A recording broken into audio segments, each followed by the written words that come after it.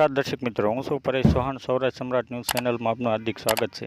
સુરત શહેરમાં ખાડાના કારણે લોકો ત્રાહિમામ છે, ત્યારે વિપક્ષ આમ આદમી પાર્ટી દ્વારા દુઃખોત્સવ કાર્યક્રમ.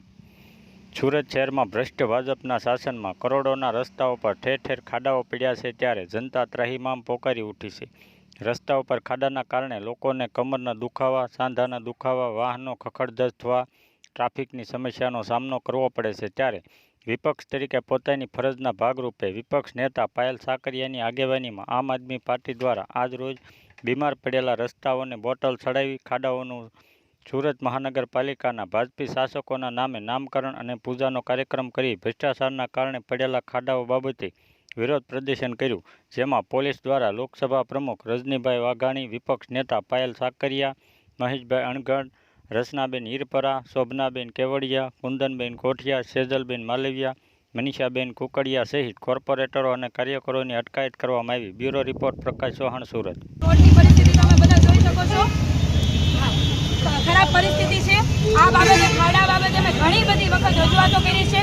આપણને બધાને ખબર છે કે કરોડો રૂપિયાનું બજેટ આ ખાડાઓ પાછળ ફળવાતું હોય, પરંતુ આ ખાડાઓનું જે બજેટ છે રોડ બનાવવા પાછળ વપરાય છે, પૈસા જાય છે કોના ખીચામાં, કયા કોન્ટ્રાક્ટરના ખીચામાં જાય છે, કેમ રોડ તૂટી જાય છે?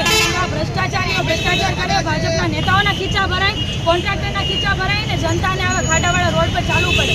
અસંખ્ય ટ્રાફિકની સમસ્યા, લોકોના જે ગાડી ને વાહનો છે એ બગડી જાય, લોકોની કમરના દુખાવા વધી જાય, સાંધાઓ દુખવા માંડે, છતાં પણ આ ભાજપ સરકારના એક પણ પદાધિકારી કે શાસકોની અંદર તાકાત નથી કે આ રસ્તાઓ રિપેરિંગ કરાવી શકે.